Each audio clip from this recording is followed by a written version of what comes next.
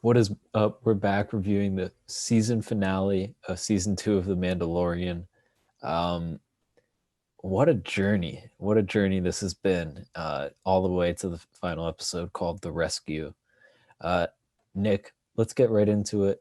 What were your thoughts on the episode? Jeez. There's so much to say. There's so much to say. I think I think I'll start by saying that, it's really funny. It's really like insane because I checked my social media. As of tomorrow, it would have been a year ago that we watched Rise of Skywalker in theaters. And I remember when we saw that and we walked out at like 1 in the morning. I remember for me, I was burned out. I was like fed up. I was tired. I was like, because the only other Star Wars content like announced at the time was Mando season 2, and I was like, you know what, I'm fine with that. I was like, I'm so burned out from this franchise. I'm so burned out from like all the fandom like going crazy and like tearing itself apart. And I was like, I was just so like tired at, like, at that point of everything, and I was like really like let down with the Rise of Skywalker. And the fact that basically a year later, we have this episode, and we had this season basically, and like I've like been so reinvigorated like by this season. I've found the season like got me right back into like the Star Wars franchise. I was just like, that's pretty crazy, like how much changes in 1 year, and just like shout out to Kathleen Kennedy, the rest of Lucasfilm, John Favreau, Filoni, like good job, like real great job, guys. Like I was so burned out, like as like after Rise of Skywalker, and then a year later, here I am. I'm like back in. I mean, I wouldn't say I never like totally lost it, but I'm just so happy that like it's here. We're getting so much new content. I'm so excited. Like the fandom for one seems united, which is the first time it's been since like 2017. Like it's a great feeling all around. Now, granted, is this my favorite episode of the season? No, I still think chapter 15, the believer was just constructed better, but like I will say I just freaked out more during this episode. And uh should I start with the good? Should I start with the with some I'll, like I'll more? break it down from start to finish. Okay. Yeah, then we could just jump into that. Those are my initial thoughts. I think it was a really crazy episode. Not my favorite. Like overall, like, I don't think it's like the best one, but I won't deny that like it was Star Wars. It was like a magical like episode. Just so much, just to see so much happen in the way it did. Yeah, so let's start off. We start off the episode by basically they're in Slave One and they're chasing after the Imperial Doctor. Um, how they found the location for the Imperial Doctor, who knows? Mhm. They just kind of did, but like whatever, that's fine. Roll with it. They board the ship. There's the guy who's just great in that small scene. It kind of feels almost Joker-esque Mhm. the way he just breaks it down, like slowly going nuts in his own head, and the way Right. he talks about like millions were killed on each Death Star. Right.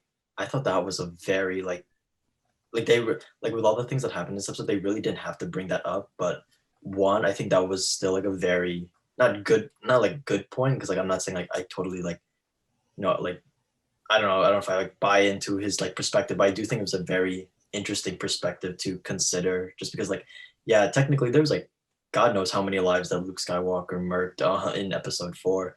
And I Right. think that scene also like um more or less for me confirmed that like Cara Dune is gonna show up in like Rangers of the New Republic. I was like, there's no way you can't keep hinting at like Alderaan without doing something with it. So I was like, she's definitely getting her own spin-off or something. There's no way like around that. Yeah, I don't know. We'll talk about that stuff at the end with the Okay. spin-offs. But basically that's what gets it going. They know where Gideon is. They know the whole deal. They go to some unnamed planet, and who do they meet up with? Bo-Katan and one of her Mando friends. You know who's missing though? The third Mando friend. I can't remember the guy's name. I'm gonna look it up. You keep going. Um, so interesting to me that they just would take one of the Mandalorians away from the show. Like And yeah, and not I don't explain it. understand why. And yeah, they didn't even really explain it. And I was like, huh? But besides that, that whole interaction was awesome. Mhm. The Boba Fett part of "You're not a Mandalorian." I've heard that voice. You're a clone. Yeah, that She's like, line. I've heard that thousands of times, and Boba's like, this might be your last. I'm like, ooh, Those two lines alone, I was like, this is top tier. Like, this is a top tier episode. Just that 2 line exchange was like, so that was so good. She's like, again, like, oh wow, like, yeah, she's been around the clones this whole time. Like, I don't know, I didn't. That's so cool. That was such a great moment. yeah. Sasha Banks lied this season. She said she was only in one episode. That was all cap. Her character's name is Casca Reeves. Mm-hmm. Yeah. And she and Boba Fett go one-on-one, Mm-hmm. and that is a great moment. Yeah.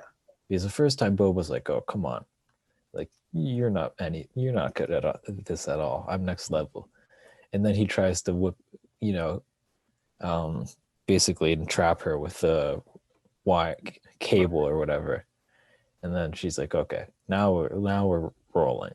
Mm-hmm. In the end, where they're both shooting, their flamethrowers at each other, and then Bo-Katan's like, "Stop!" I'm like, "Oh, that was great." That's like, those are what true Mandalorians are. But it also brings in this really interesting question of the lore of what does it mean to be a Mandalorian? Mm-hmm. And it seems like everyone on Mandalore has a different definition. Right. Because one, it seems like foundlings are a very contested thing. Like not all Mandalorians believe it. Yet, Bo-Katan accepts Mando as a Mandalorian, but doesn't accept Boba Fett because he's a clone. Right. I also thought it was interesting that when she said the if we Mandalorians had shown like half this spine, we wouldn't have lost our plan. And she kind of says it generally to like everyone, even though there are 2 people, she straight up has said you're not Mandalorian like previously. So I thought that was interesting. Like that could also chart, like assuming they go in a reclamation of Mandalore story arc, that could be an interesting thing to see, like, just a classic, like put aside their differences and like come together, like, if you, regardless of where, like, like where you, like what form of like the religion you followed from. Right. So we're going to keep moving on into the episode. Basically, they get the Imperial fighter, or it's like a fighter or transport ship. It's what the Emperor came in episode 6. And they basically fake that Boba's chasing them in Slave 1, and they get inside the ship. And they just start wrecking shop, killing stormtroopers and Imperial officers left and right like they're nothing. We'll get into that later. And then the Dark Troopers, right? Mando finds out that he got screwed over by the Doctor. The Doctor lied on where Baby Yoda was, and walks him right into the Dark Troopers. Now, what was it like to see the Dark Troopers in action for the first time, and what was it like seeing Cara Dune, Fennec, Bo-Katan, and I can't remember the other character's name for my life, just wreck house on their way to the bridge? I'll start with the Dark Trooper. I'm not gonna lie, I was just a little bit underwhelmed with how the Dark Troopers were handled, just because I was like, they're super strong. Like when like the Doctor was like, we took out the human part, they're droids. I was like, so they're just the battle droids from the Clone Wars, and at least from what I saw, like, I mean, the most they did was like they could deflect blaster fire easier. Like they still fell to a lightsaber, as we saw later on. So I'm not gonna lie, I was a little underwhelmed, but I still think it was like, I think it was just cool for like a fist fight, like that classic, like the guy was just way too strong, so our hero had to like improvise type thing, just kept like throwing stuff until like eventually came around. I really liked the whole Cara Dune, Mandalorian, and Fennec team up, and so I thought that was shot really well, just to see them like mowing down people. Especially love the moment where like they're in the elevator and Car's like just like fiddling with her gun, like frustrated, and everyone's just kind of like hanging around. That I enjoyed that whole section.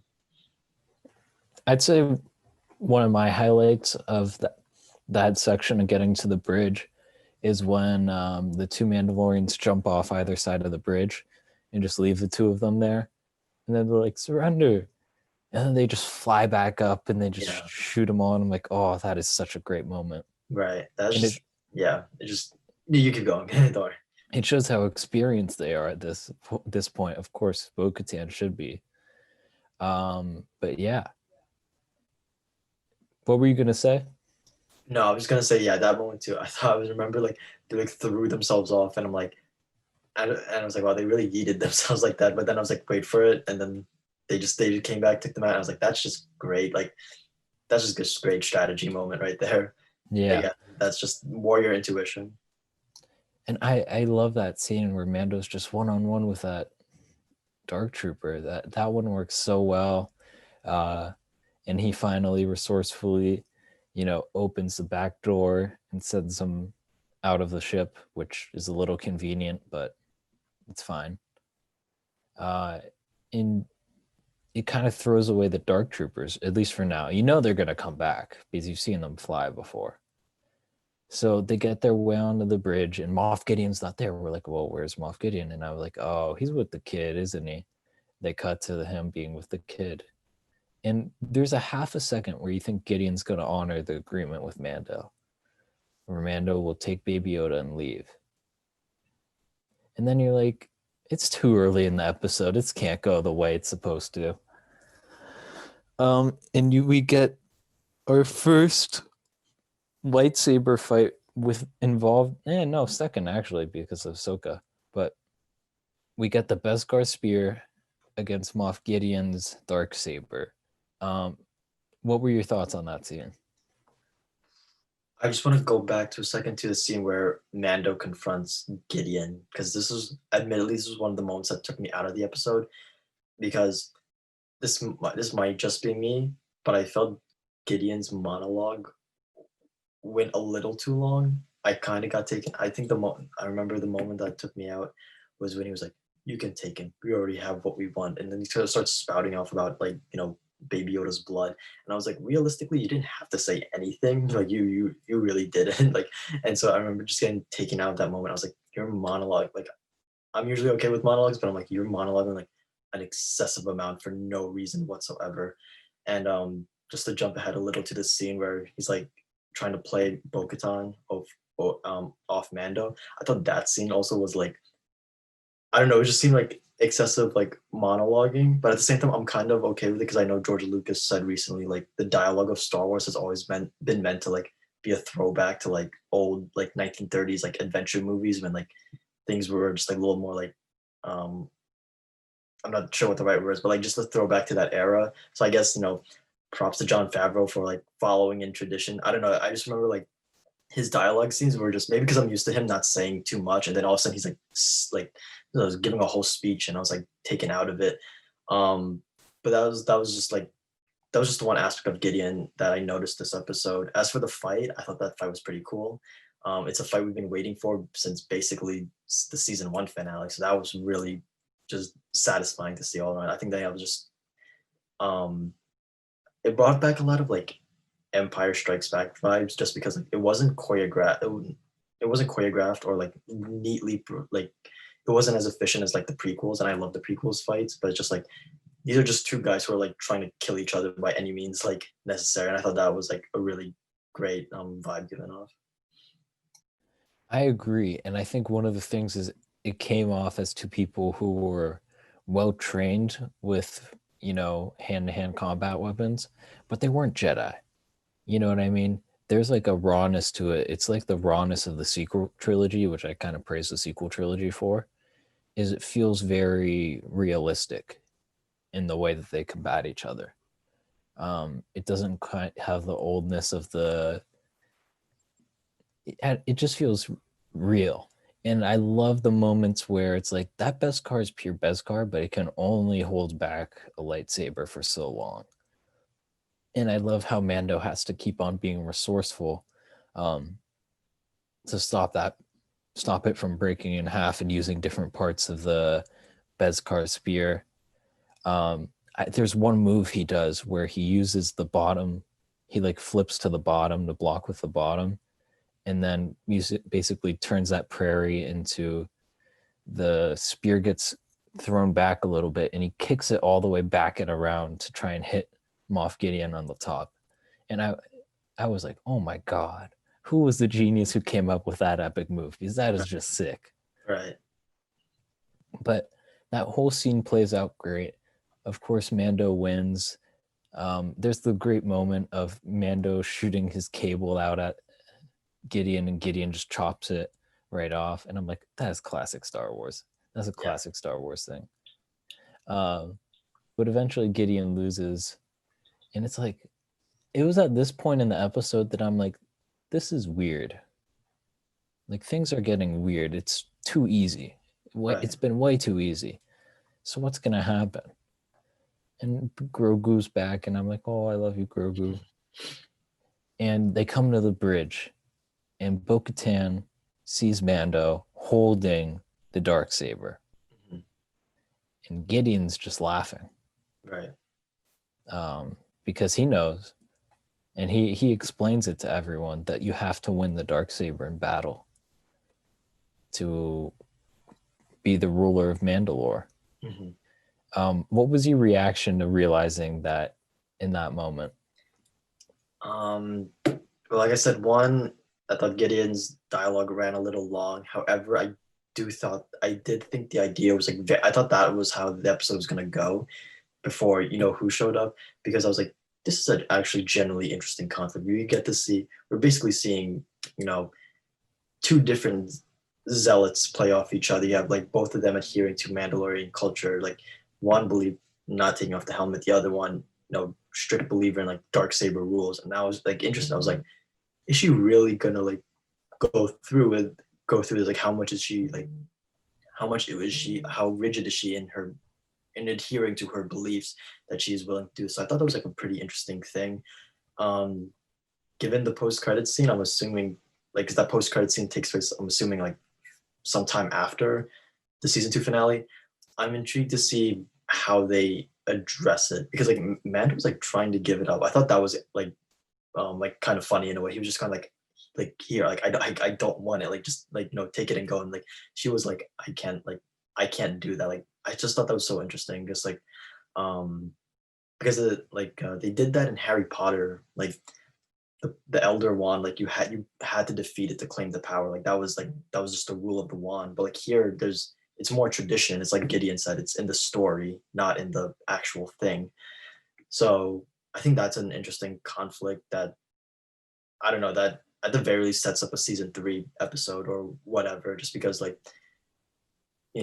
reasonably they just have to fight, and like Mando just has to like let his ass get kicked in like 2 minutes, and then like just like say he yields. But I thought that was an interesting conflict to bring up, just to see how it affects Bo-Katan. It is insanely fascinating, because one, I want to be. How do I phrase this? In Rebels, Sabine just gave it to Bo-Katan. It wasn't a fight. Yet here, it's like, oh no, it's a no. You can't do that. I'm like, you just did that in Rebels, right? So Yeah, you're right. I'll be really curious to how they explain that, because it's a lore inconsistency that Right. doesn't make sense, because Filoni did Rebels, and Mhm. Filoni's a executive producer on the show. Right. So something has to be Explained. yeah. Maybe it was she could never really control Mandalore because people didn't think she won the Darksaber Right. in the right way, and so people wouldn't follow her. That could have been it. But I think it is called The Mandalorian. Their goal is probably at the end to retake Mandalore, or at least for next season. And you want to have the role of Mandalore, and that seems like the role for The Mandalorian. So I wouldn't be surprised if we get the unwilling hero, the guy who doesn't want to be doing it, on his way trying to get Mandalore back. Right. And I wouldn't be surprised if we had Bo-Katan and Sasha Banks' character for the rest of season 3. Yeah, I wouldn't. I mean, we kind of lost our main secondary character, so I mean, Mando's got to talk to someone. Yeah, 100%. And I think that's a really good choice. Because I like I said, I thought Boba staying for season 3 would have been. It just wouldn't have worked. Right. He's too distracting of a character, and he overshadows Mando, because everyone's like, Boba Fett, Mhm. But basically, we're on the bridge. This whole situation's happening. We don't know how it's going to resolve, and the Dark Troopers come back with the least surprising surprise of the episode. um, and it's like, ooh, what are we going to see here? They pile up outside the doors. They're breaking down the blast doors, and then comes the moment.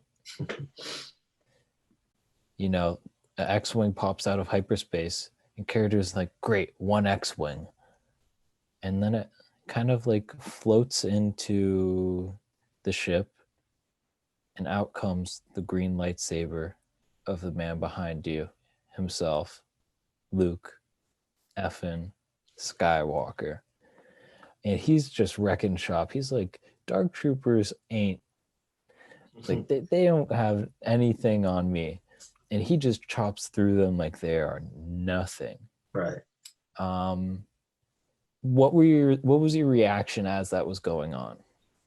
I remember I can break it down to you in like this, like the actual seconds that the things happened, because they were like, an X-wing is here, and I was like, oh, it's the guy from the Asian guy from earlier. Like I thought it was gonna be like a Rise of Skywalker moment where like the New Republic, like the force of the New Republic comes. And I was like, oh, like that makes sense. They just announced a spinoff for you guys, and then they were like, it's one X-wing, and I was like, I guess that's weird. And then I was like, oh my god, wait, like Grogu still reached out to someone, and then I was like waiting. I was like literally on the edge of my seat. Like my hand was over my mouth. I was like just waiting.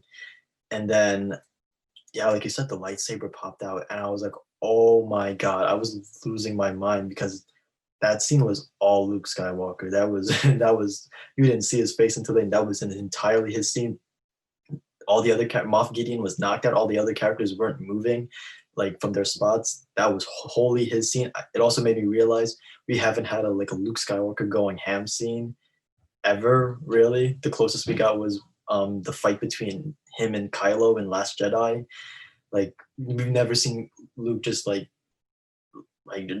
all out, and I was just like, oh my god, this is so satisfying just to see him unleash that true Jedi Knight skills we knew from Return of the Jedi. I was like, oh my god, that's so awesome. And he pulls up to the bridge, and I was like, this is so crazy. Like, I know we were saying like I know I threw out Cal Kestis from Fallen Order. I know you were talking about Luke, and I was like, there's so much potential. And who, like Ahsoka said, I know people online were saying Ezra for some reason. Like there's so much potential. Like, who is the Jedi Grogu? And then it was the OG. It was the most prominent Jedi around. He just pulls up, and it was like crazy. It's a crazy moment. I want to speak to the person who anticipated this moment, because I know I didn't. I don't think he like. I mean, I don't know. I don't know. It was crazy. I was like, there's no way. I thought it was at the very least. I thought they were going to keep it for season 3. I didn't realize they were not. I didn't think they were going to show up in season 2. And that was what made the surprise so great. Yeah, exactly. It's just like you didn't think it was going to happen this soon. Yeah, it was like a subversion of the subversion. I was just like, holy shit! Like Luke Skywalker came in to bail them out. I'm like, that's so crazy. What I found really I knew the second the X-wing popped up and they were like, just one X-wing, I'm like, oh, that is definitely like a low-key a reference to A New Hope and one X-wing blowing up the Death Star. And right. I was like, it's Luke, it's effing Luke, isn't it? Because you don't say that line unless the dude's the most powerful person in the galaxy. Let me ask you this. Was there a half second when the lightsaber ignited green that you thought maybe it's Ezra Bridger? I didn't. I honestly I think really it was the X. I think either way I would have assumed it was Luke. The X-wing reference basically confirmed it to me like the second before the lightsaber came out. Just because I'm like, that is Luke's ship. That is no one else's ship. And then as for Ezra, I was like, that's opening a can of worms that like the show is not ready to take on right now, because they have laid no groundwork for it whatsoever. So I think to have him just like appear, that would have definitely caught me off guard. But I would have been like, this doesn't line up as well, just because like at least we know Luke is around. Ezra, as far as we know, is still like somewhere. So I mean, I think as soon as the X-Men came, I was like, that's him. It has to be right. I had always said that the series will end with Luke Skywalker taking Grogu. and I was wrong. Little early, I just a was few seasons. I was a few seasons early, which I was like, "Ooh, you're taking." We'll get to the Grogu moment in a second, Okay. but I was really not expecting it to come this early because I thought that's when the show ends because that's what the core of the show is. Hmm.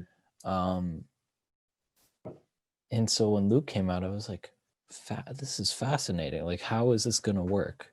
Right. Um, and Luke just chops through all the Dark Troopers like it's nothing because he's a freaking Jedi. Like, it makes sense. He's the G. He's the G. The one problem I have with it is the Dark Troopers are not really used at all because of it, Yes. and Again, that goes. they just feel like a clickbait thing. Yeah, exactly my thoughts. I was just like, again, I was underwhelmed because I was like, okay, so one of you is taken out by Beskar Steel, and like you guys are just basically glorified battle droids from the Clone Wars, and lightsabers can cut through you. Like we're the Beskar Steel can cut through you. It's kind of like, and for all the hype they got in the what episode was it? Chapter 12, and everyone was like, oh my god, these could be like the new enforcers or whatever. Like they were just droids. They're just droids. They're nothing more, nothing less. Like even if he brings in more of them next season, it'll just be like, we know we can handle you guys. There'll be no threat whatsoever. Yeah, I mean, we'll talk about this later in the grander scope of the Mhm. show, but you know, Luke's on the bridge.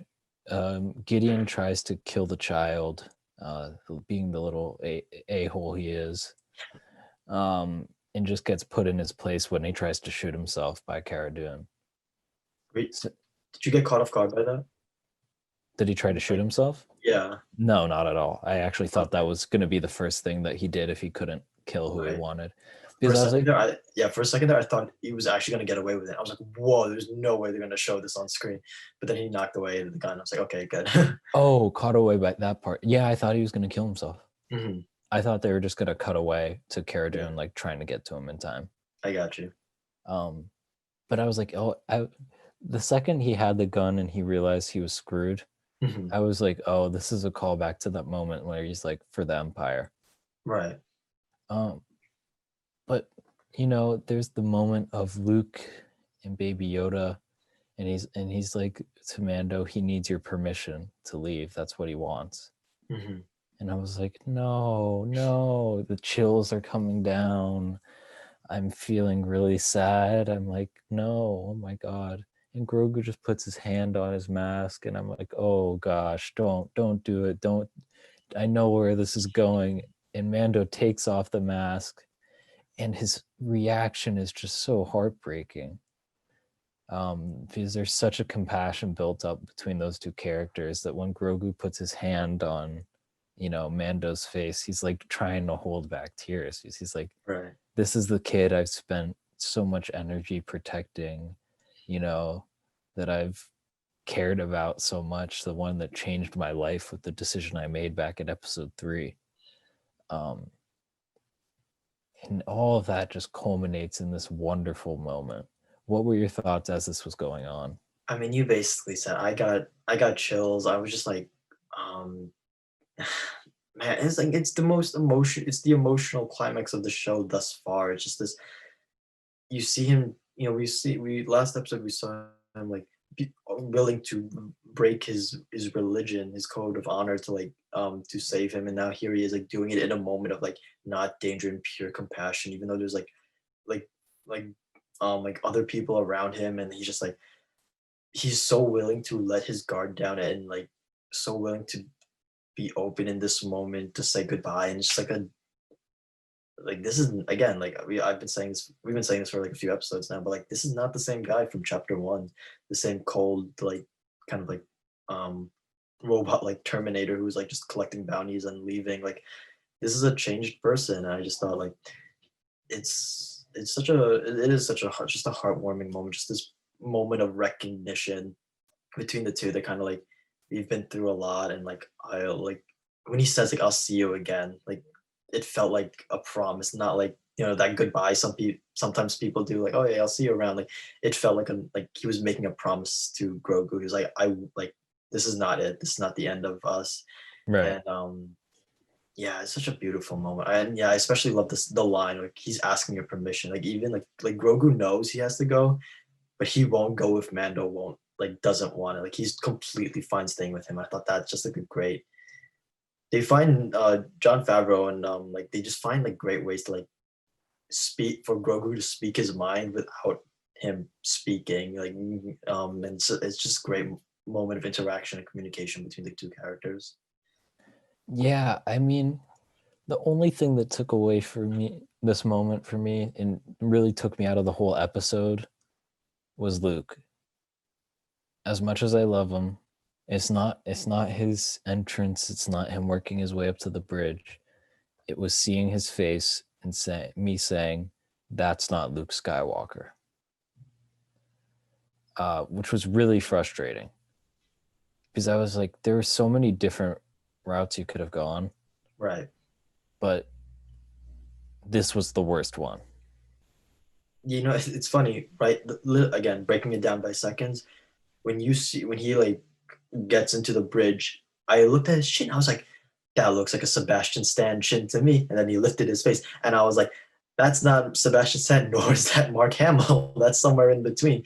And I was like, yeah, I was like, of all the things you could have done, this was by far like last on my list of how I would have only done this if like Mark Hamill was like injured, God forbid, and like Sebastian Stan was like off like on the other side of the planet or something. Like I was like, oh, we're going the Rogue One approach, which was like that was controversial enough on its own, and then to do it here again, I was kind of like, that's also like because I mean, they did it like for a short bit in Rise of Skywalker, and for that short bit, I'll admit I was okay with it. I was like, that looks convincing enough for their one scene, but then here, I was like, if they intend on Luke being a reoccurring character, they dug themselves a hole and they buried themselves in it because they're what are they gonna do? Are they just gonna keep CG de-aging Mark Hamill or something? Like, um, I'll I say don't it know. right Yeah, now, Luke. it was such a weird. It was like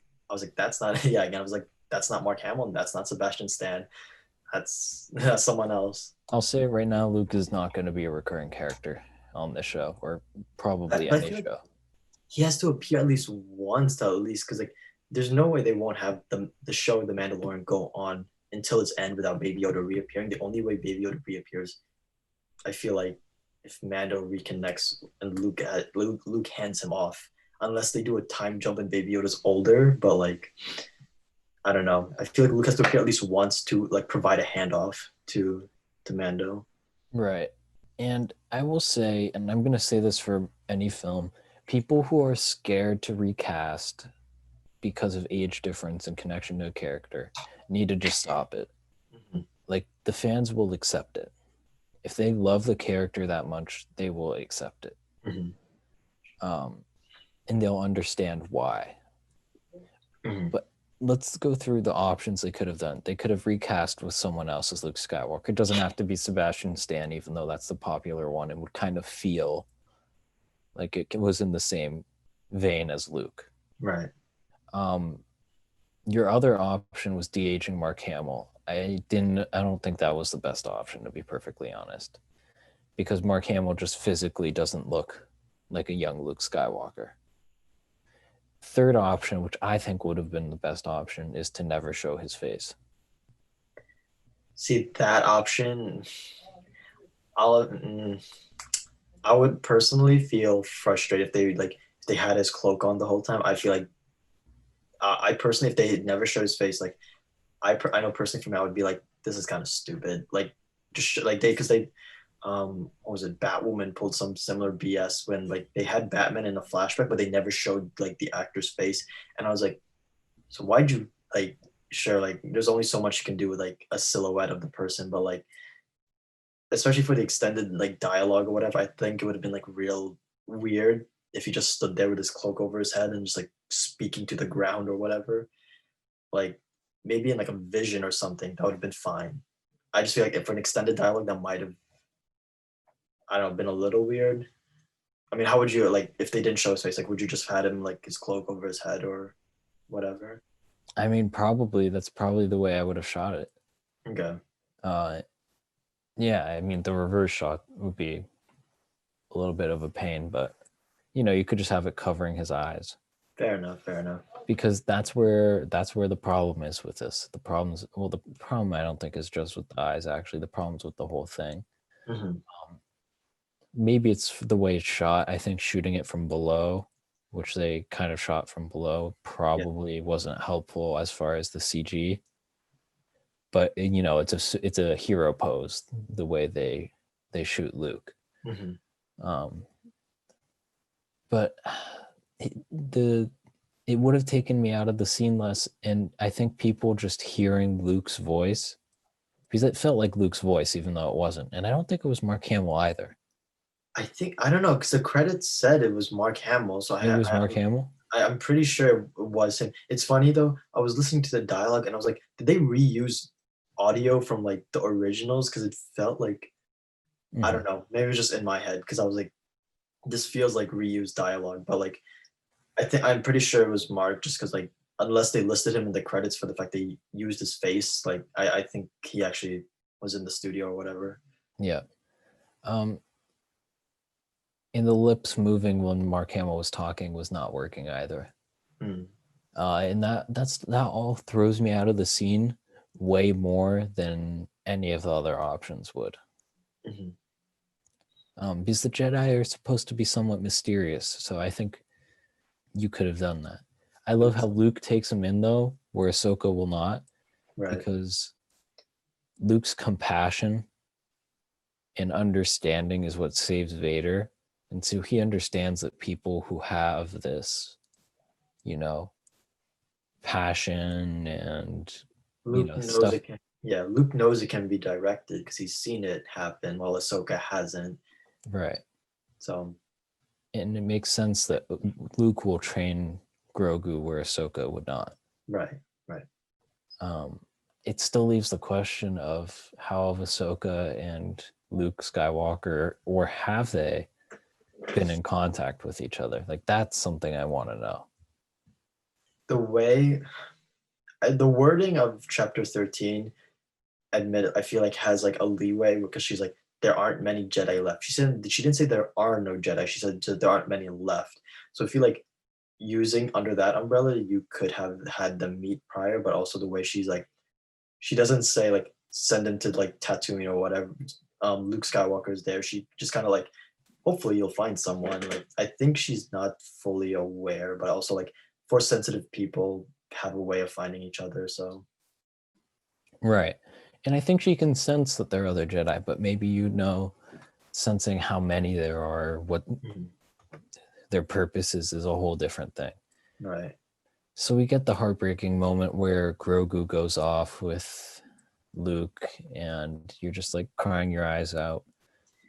And that's really the end of the episode, before the post-credit scene, which we'll get into in a few seconds. But what do you think we're looking at going forward for the Well, show? before we get into, I just wanted to ask, taking the CGI aside, when the whole Luke interaction scene, what were your thoughts on how that was done? Because for me, I know I was a little under. I thought it was a little weird the way it was handled, just because like Luke shows up because he received a telepathic communication from Grogu. He cuts down through all these droids. He sees, I'm assuming he sees a bunch of dead stormtroopers, and he doesn't think to question like what's going on. He kind of is just like assuming like he's on the same level of knowledge as the New Republic, and they're not fully aware the Empire's like still alive and kicking. I remember thinking like, would it be a little weird if you just happen to see like stormtroopers like strewn about and like dark troopers like all armed up, and then you walk into this room, there's two fully armed women and three Mandalorians, and like you're just like, I'm here for him, and I'm gonna go. You got good luck with this, guys, and he just like kind of leaves. Like I remember thinking that was just like a little weird. He seemed to like express like no interest in the situation outside of Grogu. He was just kind of like, why are there stormtroopers here? Why is there like, who's the guy you got tied up over there? Like, I just thought it was really weird how like Luke just didn't seem to address the fact that he's back in on like Empire, like on an Empire setting, and just but it just didn't like register with him. I thought that was a little weird. I mean, I bet you because he communicated with Grogu, Hmm. that Grogu was like, basically the Empire is after me and I'm not safe and I have this Mandalorian protecting me. You Right. know what I mean? I And guess. that kind of fills in the blanks. I don't. But I don't know. Maybe just like he could have said something like points to Cara Dune like you're the Republic, right? He's like, all right, like I need you to like tell like go to General Leia Organa or just like something like that. Just because I remember that's probably makes sense. Like Grogu like communicated to him, but just I remember thinking like he seems not interested in the fact he just mowed down like a bunch of like Imperial forces and had the bodies of Imperials like strewn about. Like I don't know. I thought that was a bit of a weird reaction or lack of reaction from him. But what you said, yeah, that makes sense. Right. I have a feeling it wasn't his first time doing that. Mhm. Wrecking a Star Destroyer or going through Imperials since Return of the Jedi. Mhm. Gotcha. Yeah, that moment works for me. And let's start asking those questions. We'll get to the Boba Fett stuff later because I think that's a good way to end off. Mhm. But what is the goal? Because this is usually a simple goal that they put in for the Mandalorian moving forward. I think to like what is the future of the show essentially now that Baby Right. Yoda's like I said, I don't think Baby Yoda's will ever fully be off the board for the Mandalorian just because like he's become the show's icon in a way. So like I don't think he'll ever fully be like off the table. I think a reclamation of Mandalore is still in play. Like I think not even like in play. I think that's happening. Like that, like the way they've been talking about it, the whole situation with the dark saber. Now, there's no way that happened without there being ramifications from it. So I think the very most like I can see like Mando kind of like wandering about without any purpose. Like he's not really a bounty hunter anymore, but he's not a father anymore. So like he may be more inclined to join Bo-Katan and Koska just because like for lack of a better word, he has nothing better to do. He's just kind of like laying about. So I feel I could definitely see them like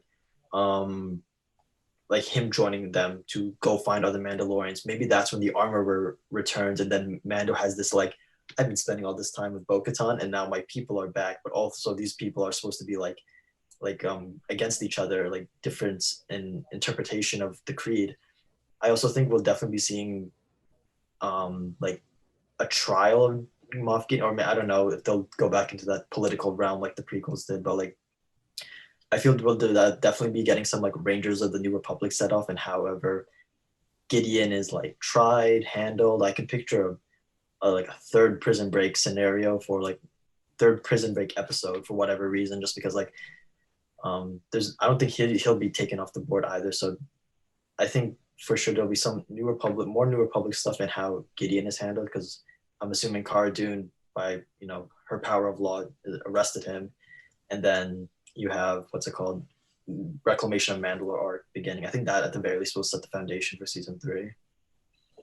Yeah. One thing I forgot to say, and then I'll address that. They need to stop making it so easy to go through stormtroopers and all these Imperial forces. It has to be more difficult because it's really pissing me off that it's just like it's not even a plot point anymore. I'm just like, all right, just get to the next scene. Like we're good here. And they really need to do something to increase the That's what tension. the Dark Troopers were for. And look how then they that didn't use them. happened. And that's why you have the Death Troopers, because I think Death Troopers are a more practical, non-CG way of doing that. That's something they should be looking to do in the future, in my opinion. Yeah, I'm surprised he had no Dark Troopers on that transport. I'm really surprised. Yeah. After seeing them in Chapter 8. Yeah, kind of a bummer. I think they're the most underutilized characters in Star Wars because I think they could be really well utilized if used right. Right. But as far as moving forward, I think it has to be reclaiming Mandalore. The title's The Mandalorian, right? Mm-hmm. And what would The Mandalorian do? Rule Mandalore. Right. So I feel like at the end, it's going to come down to his destiny and whether he will rule Mandalore or not as a foundling. Right. Which I think will be an interesting angle. And I think there will be a lot of conflicts with him and Bo-Katan just because he has the dark saber, whether intentionally or unintentionally, and he's going to have to lead his people whether he wants to or not, because he holds the Darksaber. So I think we're going to get a hero who's resisting the role, Right. who doesn't want to pick up that mantle. I mean, like I said, the trio of interaction between the Armorer and her force, the Watch, and Bo-Katan, and then Din Djarin. That trio right there, that you could build a whole season around that for sure. You don't even have to include Gideon and Cara Dune. That's a whole trio of interactions that could like inform so much about like the culture and like the history of the two groups. Like that's it right there. Right. I'm curious as to who the villain will be going forward.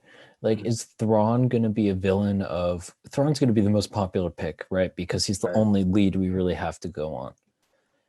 But it doesn't answer the question of why, right? Right. We just still don't know what they're doing. And I think in season 3 we will, because we have the Doctor captured and we have Gideon captured. Right. And one of them will snap eventually. Mm-hmm. But Gideon goes out like a chump, honestly, and feels like a wasted villain opportunity. Yeah, that's God. That's what I was gonna. I've been. That's what I wanted to say too. Like, it worked with season 1 because it was like, who's the guy behind Warner Herzog? Who's the guy behind Warner Herzog? And then, like, oh my God, Giancarlo Esposito. Like, that's crazy. And then in season 2, like, you and I have been saying for the longest time, like, we can't wait to see more of Giancarlo. We can't wait to see what the history of Moff Gideon is. And he said about, and overall, he said about 2 more lines than he did in this one episode in chapter 8. And I'm like, we haven't moved from square one in the slightest from your first appearance. He just like he monologues in this episode. He has a fight scene and that's it. And I'm like, and now you're in prison. I was like, that's kind of a like the moment he was on the ground after Mando like defeated him. I thought for sure in that moment he was gonna reveal like force powers or like something just to like show there's more to the villain than we expected. But like at least thus far he's just a guy in a suit, and I'm just like, all right, that's now you're arrested. That's cool, I guess. And he's not even smart. Like, he gets beat. His plan is terrible to fend off the Mandalorians. I mean, none of it makes sense. When he said, "Assume I know everything," I was like, "Do you though? Are was you like, sure?" I really wanted to say, "You know nothing, Jon Snow," Right. but I didn't.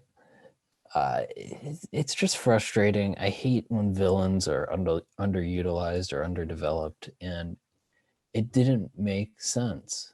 It didn't make sense that this character who's built up to be very, very intelligent just goes out being stupid. Like, he could have escaped the ship with the child Right. very well. Right. I mean, that's. I remember last week's episode. We were saying that, like, what if Mando just misses off Gideon and he gets away with the baby and he like, no, it's Gideon's victory at the end. This was nowhere near Gideon's victory. He just got. How was it? One fight scene and it's over. His dark troopers suck. His stormtroopers suck. I mean, all his men suck. It's just like, oh my gosh. Yeah, and I understand they're Mandalorians and they're good soldiers, but they're 5 people going against like hundreds of stormtroopers, and I don't think there was one that hit one of them. No. It's like, No, that one dark trooper got close. He just kept firing into Mando's chest plate, but he just kept bouncing off. So the right. best part again, clutch came in clutch. Yeah, I mean, they should be lucky. Otherwise, I don't know where the season goes, right? We think conquering Mandalore will be the main goal, but who's stopping them is the question. Is Right. it Mandalorians fighting over it after the Empire's ruined it, or is it the Empire still on Mandalore and Gideon is just part of the story? Right. I think again, I'm gonna stake my hope on it. Hopefully, I don't get failed again next season, but like I definitely do hope Gideon's around more. I think the fact that they have him I could see him like plotting from his prison cell or whatever, like I don't know, like something or whatever on Thrawn, on the level of question of Thrawn. I don't know, just because the Ahsoka show seems a very obvious indication of how and when he's gonna be used. But if he shows up, he shows up. I feel like they're still gonna try and maintain the whole like empire remnants like interaction with the heroes for the most part for season 3. See, they said there was going to be two limited series, the Ahsoka one and the Rangers of the New Republic series. Right. And Mando will all culminate in an event. What if that event was with Thrawn? I'd buy that. I mean, he's the only villain I feel like outside of Palpatine himself that would be the perfect like Thanos to this Infinity War situation. I would totally buy it. Right. And the other thing is they're definitely pushing towards the First Order. They're purposely doing it with the wording. Yeah. The way Gideon says, like, puts emphasis on the word order is very purposeful. Mm-hmm. They are the start of the First Order. I wouldn't be surprised if we saw Snoke at some time in the series. I mean, we saw a fetus of him in chapter 12. Right, presumably, yeah. Right. But who knows? Is there anything else you want to cover? I just wanted to say, I think it was a really bold decision that they took Grogu off the board for right now. I think that was a really great decision, just because I don't know, like what made Breaking Bad so good was that every season they changed up the circumstances of the characters so that every season it felt like just a new story, like a new setting, a new like scenario they would have to confront. So I think the boldest thing they could have done was take Baby Yoda off the board. So I'm glad they didn't prolong like, oh, he has to like stick around again. I mean, they reasonably could have had like Gideon get away, like we said last week, Gideon get away with the baby and has to go chase after him. But I think to end on this like peaceful note, like Baby Yoda's okay, he's secure, he's with the most powerful guy in the galaxy, and now like we have this other threats. Like I think that's a great way to keep interest and momentum in the show going, just because now the game has changed and now it's like we've been just all talking, like where does it go now, what happens next. I think I really appreciate that bold decision. Right. I mean, I really hope they just interrogate Gideon and the doctor and then kill him off. I'm kind of done with it. It rubs me the wrong way, the way Gideon was used. Mm-hmm. It just seemed kind of underwhelming.